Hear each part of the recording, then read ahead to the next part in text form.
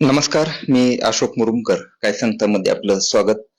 गेल्या काही दिवसापासून आपण पाहतोय की करमाळा तालुक्यात सध्या आदिनाथ सहकारी साखर कारखान्यावरून राजकारण तापलेलं आपण पाहतोय. म्हणजे गेल्या काही दिवसांपूर्वी पाटील गटाने अ, पाटील गटाचे प्रवक्ते सुनील तळेकर यांच्याकडून वेगवेगळे आरोप होत आहेत, वेगवेगळे खुलासे होत आहेत. त्यानंतर त्यालाच प्रत्युत्तर म्हणून बागल गटाकडून हे उत्तर दिलं जात आहे. त्यानंतर बारामती अॅग्रोचे उपाध्यक्ष सुभाष आबा गुळवे यांनी देखील त्यांची भूमिका मांडलेली आहे.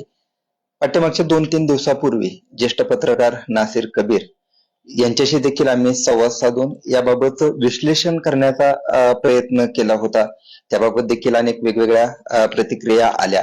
मात्र करमाळा तालुक्याच्या राजकारणात जे प्रमुख गट आहेत त्यात सर्वात महत्वाचा म्हणून ज्या गटाकडे पाहिलं जातं तो म्हणजे जगताप गट. जगताप गटाचे सर्वेसर्वा माजी आमदार जयवंतरावजी जगताप यांच्याशी आपण आदिनाथ सहकारी साखर कारखाना असेल, याशिवाय तालुक्यातील वेगवेगळे प्रश्न असतील, या वेगवेगळ्या प्रश्नाच्या बाबत त्यांच्याशी आपण संवाद साधणार आहोत. भाऊ, तुमचं प्रथम स्वागत आहे. नमस्कार. आज आदिनाथ सहकारी साखर कारखान्यावरून आपण पाहिलं वेगवेगळे आरोप प्रत्यारोप सुरू आहेत. पाटील गटाच्या ताब्यात हा आदिनाथ सहकारी साखर कारखाना आहे. त्यावेळेस तुम्ही पाटील गटाबरोबर जे होतात, बागल गट यामध्ये त्यांची भूमिका मांडत आहे. त्यानंतर बारामती अॅग्रोचे उपाध्यक्ष सुभाष आबा गुळवे यांनी देखील त्यांची भूमिका मांडली जात आहे. त्यांच्यावरती देखील वेगवेगळ्या प्रकारची टीका झाली. त्यांनी देखील उत्तर देण्याचा प्रयत्न केलेला आहे. त्यानंतर माजी आमदार संजय मामा शिंदे या गटाचे प्रवक्ते ऍडव्होकेट अजित विघ्ने, करमाळा पंचायत समितीचे सभापती, हे देखील त्यांच्या भूमिका मांडत आहेत. पण ह्या एकूण सर्व जे प्रश्न आहेत, आरोप प्रत्यारोप होत आहेत, याबाबत नेमकं तुम्ही याकडे कसं पाहत आहात? कारण तुमची भूमिका यामध्ये महत्वाची आहे. गेल्या काही दिवसापूर्वी तुम्ही एक विधान केलेलं होतं, हा आदिनाथ सहकारी साखर कारखाना एकतर पवार चालवतील किंवा ब्रह्मदेव, आणि त्याला 2022च्या दरम्यान मला वाटतं हे तुमचं साधारणतः विधान होतं. मात्र हा अजूनही कारखाना अडचणीतून बाहेर निघलेला नाही. त्याच्या अडचणी तशाच आहेत. मात्र ह्या कारखान्याच्या भोवती राजकारण मात्र सुरू आहे. नेमकं काय वाटतंय तुम्हाला? मुळात म्हणजे ह्याच्यामध्ये एक दुसऱ्यावरती आरोप प्रत्यारोप, चिखल फेकाफेकी जी चालू आहे, तर जे आता सत्ताधारी आहेत, सत्तेत आहेत, हे स्वतःची जी नैतिक जबाबदारी की ज्यांची कामं त्यांनी जी केली पाहिजे, काय त्या कामापासून जनतेचं लक्ष विचलित करण्यासाठी हा आता डाव खेळायला सुरुवात केली. मला एक तुम्ही सांगा, तुम्ही पत्रकार आहे, तुम्ही पूर्ण तालुक्यामध्ये फिरता, सगळीकडे जाता. करमाळा तालुक्यामधले कुठलाही ऊस उत्पादक शेतकरी सभासद, आज कारखाने 4 आहेत तालुक्यात. सगळ्यात प्रथम आदिनाथ आहे, मकाई आहे, भैरवनाथ आहे, कमलाई शुगर तो विठ्ठल परिवारांचा आहे. यातले हे 2 बंद आहेत, ते चालू बंद आहेत, म्हणजे त्याच्यात बी एवढं आहे. पण अशी कुणाचीही सभासदाची ऊस उत्पादकाची तुमच्या कानावर तक्रार आली का, किंवा हे कारखाने बंद असल्यामुळं आमच्यावर अन्याय होतोय, आमचा ऊस जात नाही, आमच्या प्रपंचाची या ठिकाणी ही ससे होलपट होतीये, असं एकही माणूस बोलत नाही. मग ही कोलेपुई नारायण पाटलाच्याही काही लोकांनी किंवा कुणावरती आरोप प्रत्यारोप करण्यापेक्षा कारखान्याबद्दल कुणाला सुख दुःख नाही आणि कारखान्याचा विषय कुणी घेत नाहीये, तर निष्कारण तुम्हाला सांगतो, ह्या शेळ्या कडीला ऊत आणायचं कारणच नाही ना. तालुक्यामध्ये रस्त्याचे प्रश्न आहेत, विजेचे प्रश्न आहेत, पाण्याचा प्रश्न आहे, बेरोजगारीचा प्रश्न आहे, अधिकाऱ्यांच्या भ्रष्टाचाराचा प्रश्न आहे, लोकांना न्याय मिळत नाहीये, लोक सैरभैर आहेत. आज तुम्हाला सांगतो, अतिवृष्टीमध्ये शेतकऱ्यांना नुकसान भरपाई मिळाली नाही. तुम्हाला सांगतो, पिकाच्या नुकसानीचे पैसे मिळाले नाहीत. काल केळी वगैरे सगळी पडली. हा फारसं बांधावर जायचं, फिरून यायचं, मी पत्र दिले, पण त्याची कारवाई काय? आज लोकप्रतिनिधी स्वतःची जी नाकर्तेपणा आहे काय, तर तो लपवण्यासाठी हे चाललेला सगळा आटापीट आहे. म्हणजे भाऊ एकीकडे जर पाहिलं तर आदिनाथ सहकारी साखर कारखाना हा सहकाराचं मंदिर म्हणून या कारखान्याकडे पाहिलं जातं. शेतकऱ्यांच्या असतील, त्यानंतर ऊस उत्पादक शेतकरी, बिगर ऊस उत्पादक शेतकरी असे ह्या कारखान्याचे वेगवेगळे हे जे सभासद आहेत, त्यांची अस्मिता म्हणून या कारखान्याकडे पाहिलं जातं. मात्र हा कारखाना बंद आहे. गेल्या वर्षी या कारखान्याची निवडणूक झाली. आदिनाथ सहकारी साखर कारखाना हा पुन्हा ताकदीनं सुरू होईल अशी एक भावना शेतकऱ्यांमध्ये झाली होती. मात्र हा कारखाना अजूनही सुरू झालेला नाही. आता मिळालेल्या नवीन माहितीनुसार पाटील गट देखील आता सध्या कोर्टात गेलेला आहे. हा आदिनाथ कारखाना वाचला पाहिजे अशी सुभाष गुळवे यांची देखील भूमिका आहे. याशिवाय इतर देखील गट म्हणजे या कारखान्यावरती भावना असलेले सर्व गट असं म्हणत आहेत की हा कारखाना सुरू झाला पाहिजे. मात्र एकीकडे राजकारण देखील सुरू आहे. हा कारखाना नेमका कधी सुरू होईल असं वाटतंय तुम्हाला? नाही, ह्यात जे तुम्ही आता जे वक्तव्य केले की सगळ्याच्या भावना, ह्यात भावना वगैरे कुणाच्या नाहीये. प्रत्येकाचा व्यवसाय झालाय की कारखान्यांना काय मिळतंय, स्वतःच्या पोटाचा प्रश्न आहे. कुणाच्या ह्याच्यामध्ये भावना, कुणाची अस्मिता, कुणाची तळमळ असली भानगड नाही. हा एक फक्त काठीचं पोल केलंय, ह्याच्यावरती राजकारण चालू. महत्वाचा मुद्दा मी मागाशी तुम्हाला सांगितलं किंवा कुठल्याही शेतकरी सभासदाचं वगैरे ह्याच्यामध्ये काय ही नाहक खोलेकुळी चालू आहे. आणि इतक्या दिवस जर सगळेच मनापासून जर प्रयत्न केला असता तर हा कारखाना केव्हा चालू होऊन तुम्हाला सांगतो हिने शेतकऱ्याला न्याय दिला असता. पण हे असंच भिजत गुंगडे ठेवायचंय आणि हेच तुम्हाला सांगतो लोकांच्या पुढे कायम स्वरूपी एक चित्र ठेवायचं आणि बाकीच्या गोष्टीवरती पडदा टाकायचा. हा याच्या मागचा तुम्हाला सांगतो. आज करमाळ्या तालुक्यामध्ये मला वाटतं तो सुनील तळेकर, नारायण पाटलावरती आरोप झाले तर नारायण पाटलांनी उत्तर दिलं पाहिजे. दुसऱ्यावर कुणावर झालं तर त्यांनी होतं. तुम्ही प्रवक्ता का ठेवता? तुम्ही प्रवक्ता ठेवता म्हणजे तुमच्या बुद्धीचं दिवाळा निघले. तुम्हाला त्या गोष्टी मांडता येत नाही, समर्थपणाने बोलता येत नाही आणि तुमच्याकडं ते विचार ती लँग्वेज नाही म्हणून तुम्ही नोकरदार पगारवारी माणसं ठेवता. बरं, तळेकरचा दोष नाही हो ह्यात. तळेकर म्हणजे काय तो मोठा राजकीय वारसा आहे किंवा त्याच्या घरातले पूर्वी कोण पूर्वज आमदार खासदार असे काही होत नाही. ते सामान्य कुटुंबातला माणूस आहे. त्याची मंडळी तुम्हाला सांगतो नारायण पाटलाच्या संस्थेत काम करती, पगारावरला माणूस आहे.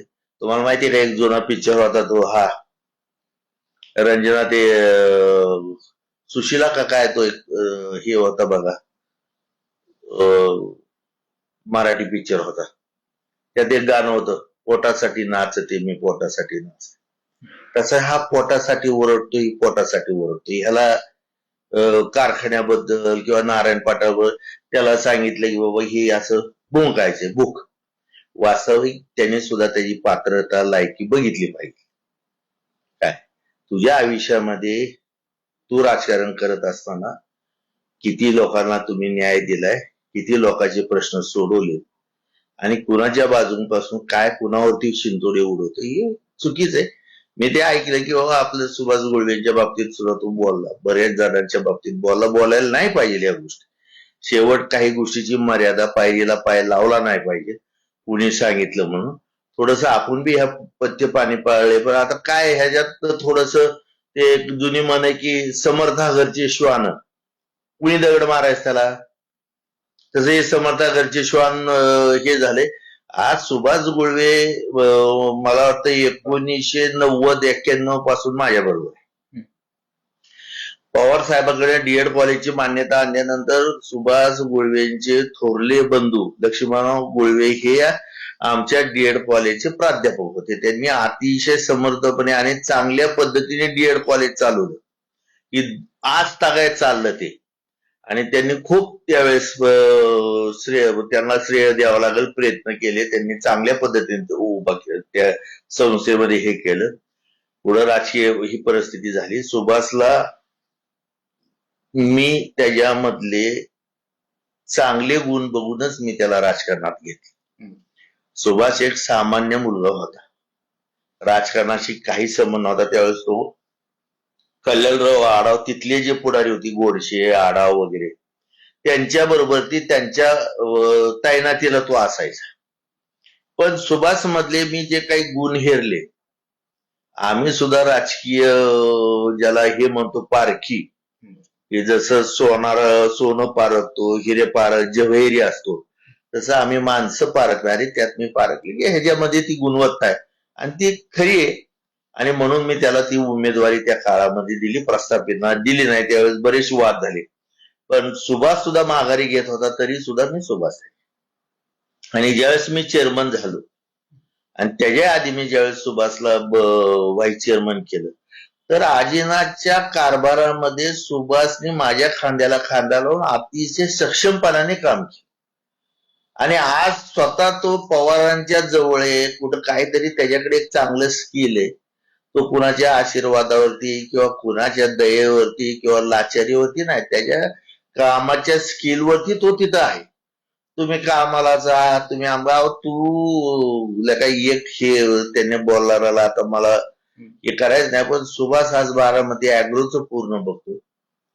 तुम्हाला सांगतो तिथली त्यांची शिक्षण संस्था काय नाव ते शारदा, ते सुभाषकडे बरीचशी जबाबदारी. तो कन्नडचा कारखाना बघतोय आणि हिथला तुमचा तो हळगावचा बघतोय. परत चोपडा एक आहे. परत तुम्हाला सांगतो राहिल्या सायली जबाबदारी त्याची कर्जत तालुक्यामध्ये तो रोहितदादांची त्या ठिकाणी जबाबदारी सांभाळतोय. ते त्याचं स्किल आहे, तो त्याच्या ह्याच्यावरती उभारलाय. तुम्ही त्याच्यावरती शिंतोडे कुणी कुणावर, म्हणजे पूर्वीची लोक म्हणायची की सूर्यावरती थुंकला म्हणजे तो थुंका सूर्याकडे जात नाही, स्वतःच्या तोंडावर पडतो. तर थोडस ह्या गोळीचं बोलत असताना तळेकरने थोडस ह्या गोष्टीचं पत्ते पाणी पाळलं पाहिजे की आपली लायकी काय, कुवत काय, आणि आपण ज्याच्याकडे काम करतोय त्याची बी लायकी काय, कुवत काय, आणि तो किती आकलीचा माणूस आहे. ह्या सगळ्या गोष्टी सांगून तुम्ही आतापर्यंत प्रत्येकाच्या पाय पुजून आणि लाचारीनेच आतापर्यंत तुम्ही सत्तेत आलाय. स्किलवर किंवा तुमच्या कामकाजावर तुम्ही सत्तेत आलेला नाही. मला ह्याला जोडून एक असा प्रश्न होता की म्हणजे गेल्या विधानसभा निवडणुकीत बारामती अॅग्रोचे उपाध्यक्ष सुभाष आबा गुळवे असतील किंवा तुम्ही असताल, पाटील गट हा एकत्रितपणे तुम्ही होतात. मात्र पुढच्या काही दिवसात तुमची देखील युती फिसकटली. नेमकं त्याचं कारण काय होतं? मला आदिनाथ बाबतच बोलायचंय. मात्र हा जो विषय आहे तर युती ही कारखान्यात नव्हती.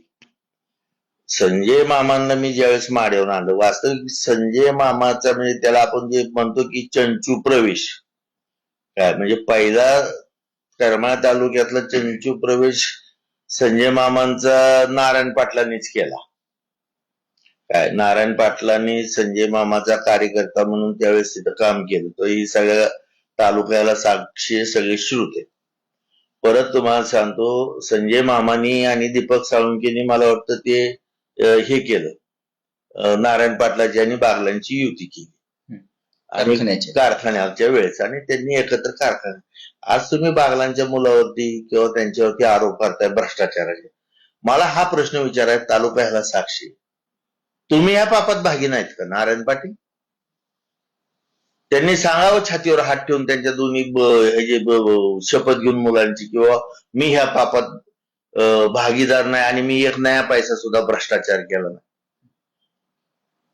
राजकारण सोडून द्यायची शर्यत लावायची नाही, सिद्ध केलं तर आत्मदहन करायचं. म्हणजे ह्या कारखान्याच्या नुकसानीमध्ये पाटील गटात 100% आहे, मी तुम्हाला सांगतो. पण काही गोष्टीचे आम्ही सुद्धा पत्ते पाडले, जाऊ द्या काय करायचं. आणि मी तर असं म्हणेन तुमच्या माझ्यासाठी सांगतो, ह्या कारखान्यात ज्यांनी भ्रष्टाचार केला नाही तो आळशी. ह्यामध्ये तुम्हाला सांगतो, नुसतं तुम्ही बागलांना जबाबदार धरू नका, ते मोरकेत म्हणून त्यांच्याबरोबर असणारी असेल, नारायण पाटलांबरोबर असणारी असेल. आणि आमच्या काळात सुद्धा काही अशी लोक होती, त्याच्यावर सुद्धा तुम्हाला सांगतो आम्ही बरेचसे इलाज केले. 9 लोक फुटून गेली, आता ते काढायचं नाही. ते काही बरीचशी लोक आता ह्या जगात नाहीयेत.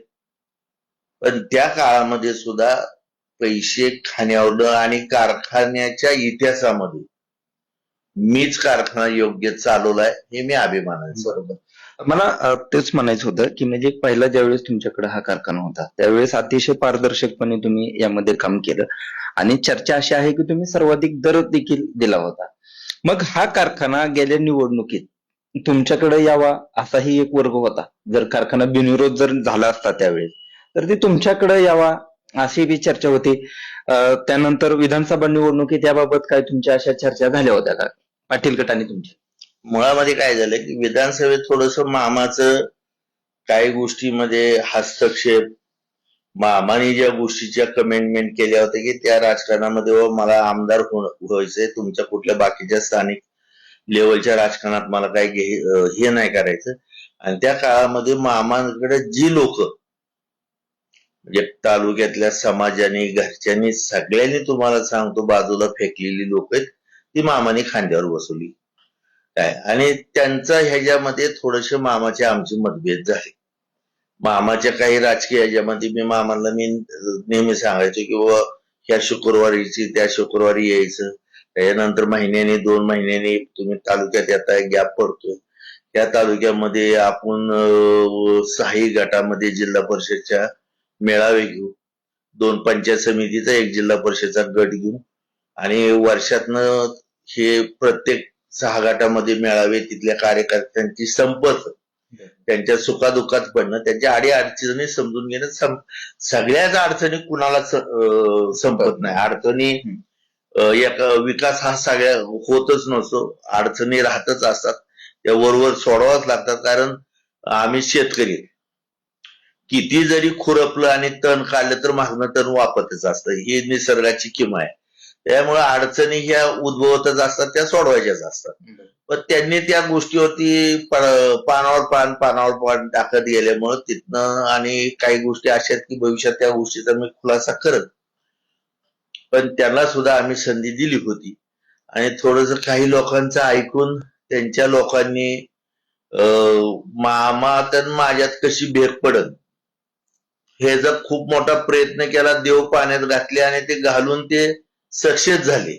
म्हणजे हे कोण होते नेमके लोक? आता जे आता माझ्याच बरोबर आले नारायण पाटलाचा प्रचार करायला, मग आता हे जी यादी तुमच्याकडे आहे मोठी यादी, ती तुम्हाला माहितच आहे काय. म्हणजे तुम्ही माझ्याकडून वधून घेण्यापेक्षा तुम्ही पत्रकार हे सगळं माहिती आहे तुम्हाला कोण होती लोक. आज ते तुम्हाला सांगतो, आम्ही ज्यावेळेस मामाला सोडलं तिथे न आमंत्रणाची माझ्या बरोबर आली काय. म्हणजे अशा बी काही गोष्टी ठीक आहे. आता ते राजकारणात बऱ्याचशा गोष्टी अशा घडत असतात. त्यावेळेस तुम्हाला सांगतो, मोहिते पाटलांचं म्हणजे विजयदादाचं माझं सख्य होतं. दादांनी मला निरोप दिला, रणजित दादांनी दिला, आपले धैर्यशील भैयासाहेबांनी, यांनी आम्ही एकत्र बसलो आणि त्यांनी ह्या तडजोडी केल्या. आणि ग्रीन फिंगर हायस्कूलमध्ये नारायण पाटील मी बसून, आणि तिथे असं ठरलं की बाबा एक वेळेस विधानसभा नारायण पाटलाला भाऊ द्या. जिल्हा परिषद पंचायत समिती 6 गटातनं 3 तुम्ही घ्या, 3 त्याला द्या. पंचायत समिती 12 मधनं 6 तुम्ही घ्या, 6 त्याला द्या. आणि पूर्ण कारखाना तुम्ही ताब्यात घ्या. म्हणजे जगताप गटाच्या म्हणजे मी माझ्या सगळं बॉडी वगैरे काय. तर नारायण पाटलांनी तिथं शपथ, बापूची शपथ मानला, यात काही बदल होणार नाही. मी पूर्वीपासून या माणसावर विश्वास ठेवत नाही, कारण हा अतिशय लबाड, क्रिमिनल माइंडचा माणूस आहे. मग आम्ही पवार साहेबांकडे गेलो. पवार साहेबांकडे सांगितलं की असं असं झालंय. मग धैर्यशील भैया होते काय, मला वाटतं तो पत्रकार अण्णा काळे आणि नारायण पाटील, तुमचे माजी आमदार, ते आरोप त्यांच्यावर 300 कोटी झालेला मोहोळचे, काय नाव, नाही बनशाजी मोहोळचे बनसोडे का काय ते, कदम रमेश कदम होते. मग धैर्यशील भैयासाहेबांनी साहेबांना सांगितलं, पवार साहेबांनी चर्चा केली. म्हणजे जयंत काय म्हणलं, साहेब असं ठरलंय आमचं. बरं ठीक आहे म्हणले, तू जाणीव ठेवशील का नारायण? जाणीव ठेव, तुला जाणीव ठेवायची सवय नाही. ह्या भाषेत पवार साहेबांनी एवढ्या माणसाच्या साक्षीने बोलले तिथं. आणि जयंतकडं कारखाना दिला तर मी त्या कारखान्याची पूर्ण जबाबदारी घेतो. एक्सपेन्शन चालू करणे आणि पुनर्गठन करणे कर्जाचं काय. आणि माझा जयंतवर विश्वास आहे. साहेब मानला, देवाची शपथ घ्यावा मानला, तुमच्या वयाची शपथ मानला, ह्यात फरकच होणार नाही. मला म्हणजे साहेब बघ, म्हणलं साहेब ते तर झालं, पण तुम्ही तिकीट द्यावं. साहेब हसले, ते पुढचा प्रश्न आहे म्हणजे आधी हे बघू. मग त्यांना सगळ्याला केलं. मी धैर्यशील भैयाला परत बोलून आतमध्ये घेतलं. हे खरंच करायचं का काय? मी म्हणलं साहेब करा, निवडून आणायची जबाबदारी आमची. आणि तेव्हा त्याला तुतारीचं तिकीट मिळलं. त्याला एकनाथ शिंदे वगैरे कुणी नव्हते. एकनाथ शिंदे मुख्यमंत्री असताना, सावंत आरोग्यमंत्री असताना कारखान्यावर कार्यक्रम घेतला. 10-15 कोटी रुपये हे मिळाले. चालवलं तुम्ही कारखाना. ज्या वेळेस कारखान्याचं इलेक्शन लागलं होतं त्यावेळेस चिकलठाणच्या सभेमध्ये मी भाषण केलं होतं की ज्यांना तुम्ही कारखाना देणार आहे किंवा जे पुढे उभारले त्यांना इथं कोटलिंगाची शपथ घ्यायला हवा गुलाल घेऊन, की पहिला ऊस मी तुमचा घालील, माझा घालील आणि मग तुमचा नेईल. तुम्हाला ते आव्हान करतील ऊस घाला, तर त्यांनी आधी घालावा. त्यांनी आधी घातल्यावरच जनतेने घालावा आणि हा शब्द तुम्ही त्यांच्याकडून बांधून घ्या. मग तुम्हाला सांगतो, कारखाना ज्यावेळेस त्यांच्याकडे गेल्यावरती तुम्ही हा प्रश्न विचारल्यावर त्यांनी सांगितलंय, माझं म्हणला घरची भाऊ हे म्हणतात की ह्याच्या नावावर ऊस दिल्यावर माझा स्वभाव खर्चिक आहे. त्यांनी असं त्यांची लँग्वेज म्हणजे सदाशिव पेठेतल्या पुण्याच्या ह्याच्यासारखी. मग त्यांनी आपलं त्यांच्या लँग्वेज मध्ये सांगितलं, मी खर्च लय करतो, माझ्या हातात पैसे राहत नाही. मान्य, तालुक्यामध्ये सगळ्याला माहिती गोरगरिबाची लग्न ही पदर पैशांनी करतो, कित्येक गोरगरिबाच्या मुलांचं शिक्षण करतो, शेतकऱ्याला बी वाटप करतो. हे सगळ्या गोष्टी तुम्हाला माहिती, आडी अडचणीत हा किती खर्च करतो ते. पण त्यांनी ते कारण सांगितलं, म्हणजे न शोभणार काय, न खरं वाटणार आणि ती वेळ मारून नेली तुम्ही पत्रकार. त्याच्यामुळे माझ्या घरच्यांनी माझा ऊस दुसऱ्या कारखान्याला घातला. म्हणजे घरच्याला जर विश्वास नसेल तुझ्या ह्याच्यावर टाकायचा आजीनाथला, तर घरच्यांनी तुला मत बी द्यायला नव्हतं पाहिजे ना आजीनाथला. आणि घरच्यांनी तुला चेअरमन व्हावा आणि तुझ्यासाठी आपदायची बी गरज नव्हती ना. तुम्ही किती धूळफेक करताय लोकांच्या, किती डोळ्यात चटणी टाकताय, त्या गोष्टी बी ते विचारात घेतल्या पाहिजे. तुमची बागलाची युती असताना तुम्ही जाहीर भाषणात सांगता मला विधानसभेला पाठिंबा द्यायचं ठरलं का नाही. दिदी म्हणले तसलं काय म्हणजे ते सर्वसाधारण सभेच्या वेळेस. हा निश्चित. मग तुम्ही आतापर्यंत तुम्हाला लोकांनी 3 वेळा कारखाना हातात दिला. हा व्हिडिओ आमच्या युट्यूब वरती बी आहे. जर कुणाला याबाबत जर काही शंका असेल तर युट्यूब वरती ज्यावेळेस ते मुख्यमंत्री येणार होते आणि त्याची सर्वसाधारण सभा झाली होती, तर त्याचा व्हिडिओ आणखीही आहे. आता ह्यांनी सांगितलं की मी सोन्याचा धूर काढायसाठी पवारांना कारखाना देऊ नका. आम्ही तर सांगितलं होतं की पवारच चालू शकतात किंवा बरं मध्ये. माझं बाकीत खरं झालं का खोटं आजता काय. आणि जे सोन्याचा धूर काढत होते, तर आता सोन्याच्या धुराची अपेक्षा नाहीये तालुक्यातल्या लोकांना, कारण स्वतः मोदी साहेबांनी सांगितले सोन्याच्या बाबतीत की आपण काय निर्णय घेतला पाहिजे. जो काळा पांढरा निघतोय ती तरी काढ केला का, सोन्याचा राहू दे. आज तुमच्या ताब्यात कारखाना असताना तिथले तुम्हाला सांगतो डीपीच्या कॉईल चोरीला जात आहेत, स्टोअर मधलं सामान चोरीला जाते, तुम्ही तिथं ठेवलेली माणसं कुठल्या पद्धतीची. आणि तुम्ही उठलं की सुटलं एकच गोष्ट करायची, माझ्या वडिलांनी चपला 23 वर्ष घातल्या नाही, कुठं कपडे घातले नाही, कुठं चपला घातल्या ना, म्हणजे संस्था उभा राहतात का. त्याला बाकीचे योगदान द्यावं लागतं ना. कधी 5 शेअर सुद्धा त्यांनी केले, गोळा केले नाही. ते माझ्या वडिलांसारखे पितृतुल्य आहेत. गेलेल्या माणसाला नावं ठेवायची नाही. 1992ला मी डीसीसी बँकेचा डायरेक्टर होतो. भाग भांडवल आदिनाथला नव्हतं. त्यावेळेस 5000 सभासदांना ज्यावेळेस आव्हान केलं, लोकांकडे पैसे नव्हते, तर बँकेत मध्ये मी ठराव करून घेतला की 250 रुपये शेतकऱ्यांनी सभासदांनी भरायचे, 1800 रुपयाचं कर्ज डीसीसी बँकेत दिलं आणि पूर्ण शेअर्स झाले. त्यावेळेस कारखान्याचं काम पूर्ण झालं. सर मी प्रशासक होतो त्यावेळेस पवार साहेबांनी मला नेमल्यावर त्यावेळेस मी 1500 पोती सिमेंट आणि तुम्हाला सांगतो 600 टन स्टील कारखान्यावर आणलं. त्यानंतर भई वगैरे सगळे कोर्टात हायकोर्टात गेले आणि तुम्हाला सांगतो ते माझं प्रशासक घालवलं आणि अरविंद कांबळे प्रशासक म्हणून त्यांना तिथे नेमलं. माझ्या काळामध्ये ह्यांच्या सगळ्या गोष्टीचं पाप मी फेडत होतो. 2 पगारी केल्या शेतकरी कारखान्याच्या कर्मचाऱ्यांचे, एक तारखेला आणि एक 15 ते 30 तारखेला. अशा 2 पगारी मी 19 पगारी मी माझ्या कालखंडात केल्या. कारखान्यामध्ये त्यावेळेस 9 डायरेक्टर लोकांनी राजीनामे दिले. 25 लाखाची गोष्ट फायबर तुमचं बिस्कन आणि हायटेक या 2 कंपन्यांनी टेंडर भरलं होतं. त्यांच्यात कॉम्पिटिशन हे रेकॉर्ड आहे ऑन रेकॉर्ड आहे. जाऊन तिथं बघा माहितीच्या अधिकाराखाली. मी हे बोगलत नाही. फक्त 1 रुपयाला घेतली. 1 रुपयाला घेतली. कारखान्याच्या इतिहासात 17 लाख रुपयात कारखाना चालू करणारा फक्त जयवंतराव जगताप. 1.5 कोटी 2 कोटीच्या आत कधी कारखाना चालू झाला. मामी ज्यावेळेस ह्या कारखान्याच्या 2006ला चेअरमन झाल्या त्याच्या आधी मी 18 महिने या कारखान्याचा कारभार केला. 2.5 कोटी रुपये कारखान्याच्या खात्यावर शिल्लक ठेवले. 600 कोटी रुपये हार्वेस्टिंगला म्हणजे वाहतुकीवाल्यांना वाटले. कारखाना पूर्ण टकाटक, कुठंही एक स्क्रूची कमतरता ठेवली नाही असा पूर्ण कामकाज क्लीन करून ठेवला होता चालू स्थितीतला. आणि हे सगळं झाल्यानंतर त्यावेळेस त्यांनी 7.5 लाख क्रेशिंग केलं. मस्कर तात्या चेअरमन झाले. हे सुद्धा तुम्ही ऑन रेकॉर्ड बघा. मला वाटतं ते तुमचा डोंगरे बोलला तेव्हा जगताप साहेब होते. माझा कारभाराचा तुम्ही नाद करून तुम्ही हे बी सांगायचं होतं की त्यांनी कसा कारखाना चालवला.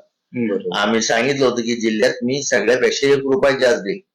जिल्ह्यामध्ये 1 नंबर भाव दिला भुवनदादाने 1200, मी 1201 रुपये. मी कुठं कमी पडलो नाही आणि माझ्यावरती केसभर भ्रष्टाचाराचा आरोप बी नाही. त्यावेळेस माझ्या खांद्याला खांदा लावून त्या काळामध्ये संकटात सुभाष आबा गुळवे माझ्याबरोबर काम करत होते. मला त्याच्या कामकाजाची प्रामाणिकपणाची ह्याची ही आहे माहिती आणि खात्री. बरोबर काय. आणि त्याच्याबद्दल कुणीही आपले उचलली जी लावली टाळ्याला काहीतरी विचित्र वेड्यासारखं बोलू नये.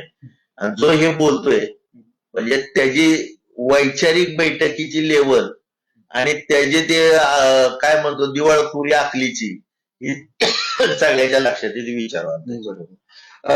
या आदिनाथ सहकारी साखर कारखान्याशिवाय करमाळ तालुक्यात अनेक वीज प्रश्न आहे, त्यानंतर पाणी प्रश्न आहे, डिक्सळ पुलाचा विषय आहे. हे आपण वेगवेगळे प्रश्न पाहत आहोत. मात्र ही विधानसभा निवडणूक झाल्यापासून यातील किती प्रश्न सोडवले आहेत असं वाटतं? नाही, यामध्ये तुम्हाला सांगतो श्रेयवादाची लढाई. आता डिक्सळ पुलाचा प्रश्न त्यावेळेस अजितदादाचे आणि संजय मामाचे संबंध चांगले होते.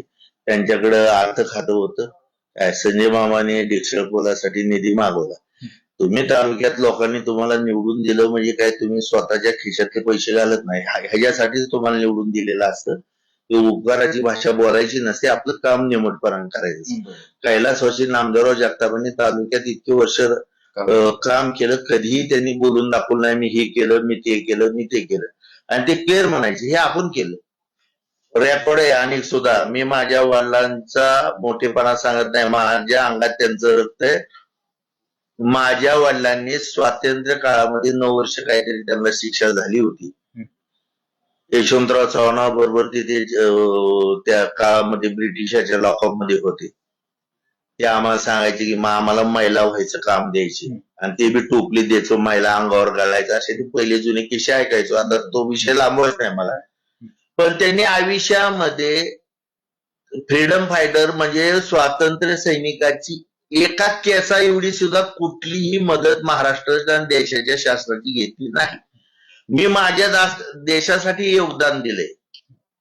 त्याचे ह्याच्यासाठी घेतले नाही, त्याची फळं मला मिळवतो. पेन्शन घेतली नाही.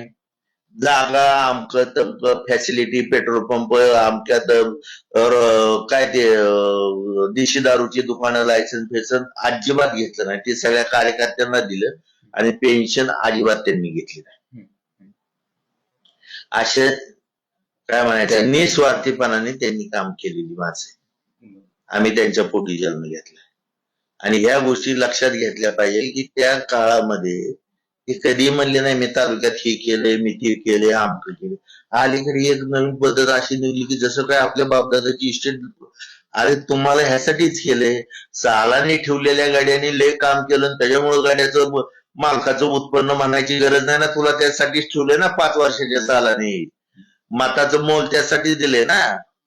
काय मग मामाने पण जरी तो डिस्टर्ब आता हा काय म्हणतो शाळा की ते त्याचं श्रेय मामाला देऊ नये ह्याला द्यावं. ह्याला काही सुद्धा कळत नाही. स्ट्रक्चर अहो एक लक्षात राहावं, डिझाईन बदलायचं काम हे आमदारांचं नाहीये. त्यासाठी ते खाते इंजिनियर आहे, तिथलं पाण्याचं तिथल्या त्या काय म्हणायचं भूखंडाची त्याचा अभ्यास करून पाहणी करून त्या ह्याचं लाईफ ठरलं जातं की जसं जुन्या पुलाचं 200 वर्षापूर्वीचा तो पूल आहे.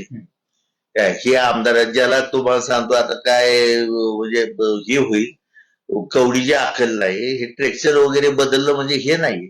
पण मूळ त्यांच्या काळामध्ये अजितदादांनी शिरसोडीचा तो असं शिरसोडीच्या पुलाचं काम फक्त तुम्हाला सांगतो त्यांचं अजितदादाचा अतिशय जवळचा कार्यकर्ता मदन देवकते इंदापूरचा ना? नाही ते बारामतीचेच आहे.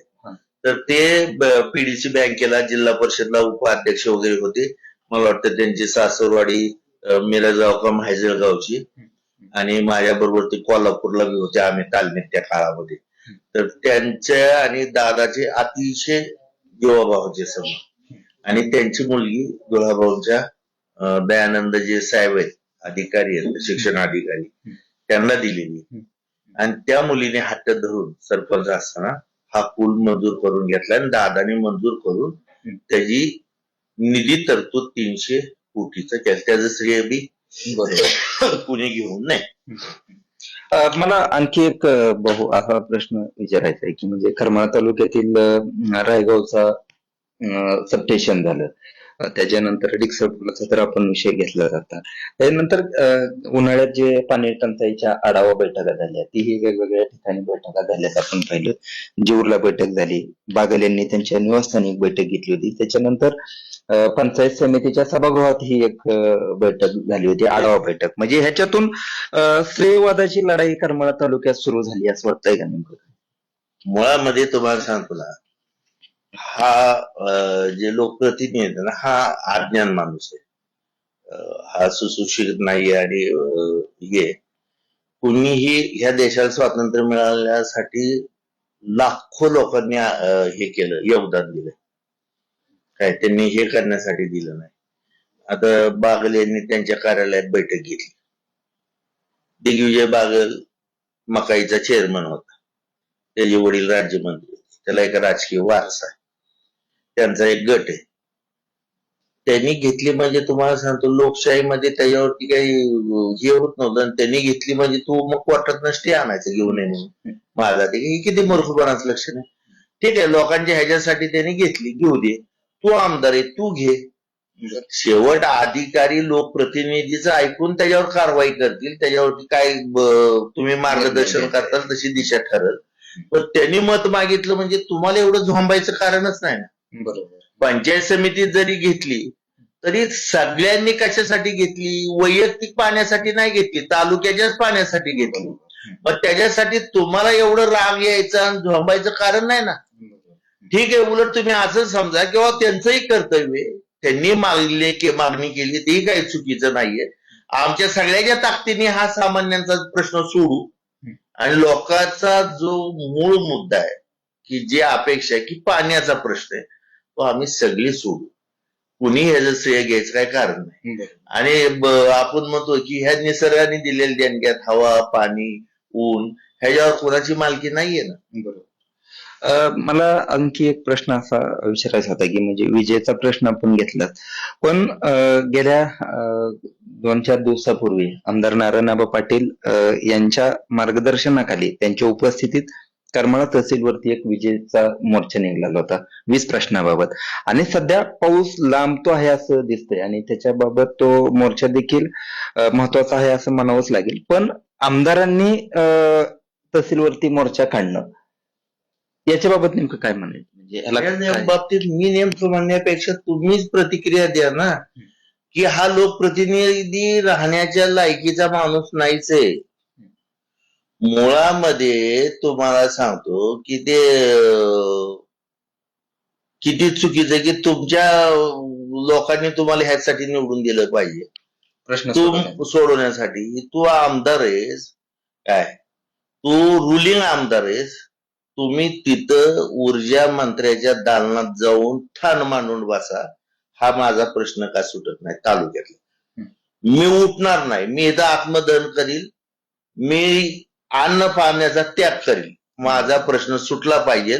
तुम्ही ऊर्जा मंत्र्याच्या दालनात त्याच्या दारापाशी तुम्हाला मी बाहेर जाऊन देणार नाही, तुम्हाला महाराज जेलमध्ये घाला, काही करा. पण तेवढी ह्याच्यात कुवत नाही, हिंमत नाही. ही नाटक आहेत.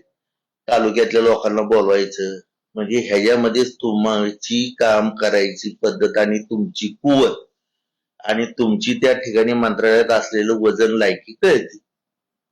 आणि एवढा मोठा मोर्चा काढला, तेवढ्या गर्दीत 5-6 लोक मेली राव चिंगरून. त्या जबाबदारी कुणी घ्यायची त्या लाईटीसाठी? एवढी तर गर्दी होती आमदारच्या मोर्चाला. किती दुर्दैव आहे, किती शोकांतिक आहे, किती हास्यास्पद आहे की एक आमदारच्या दारात जाऊन पत्र देतोय की लाईटीचा प्रश्न सुटला पाहिजे. आपण पाहिलं आदिनाथ सहकारी साखर कारखाना त्यानंतर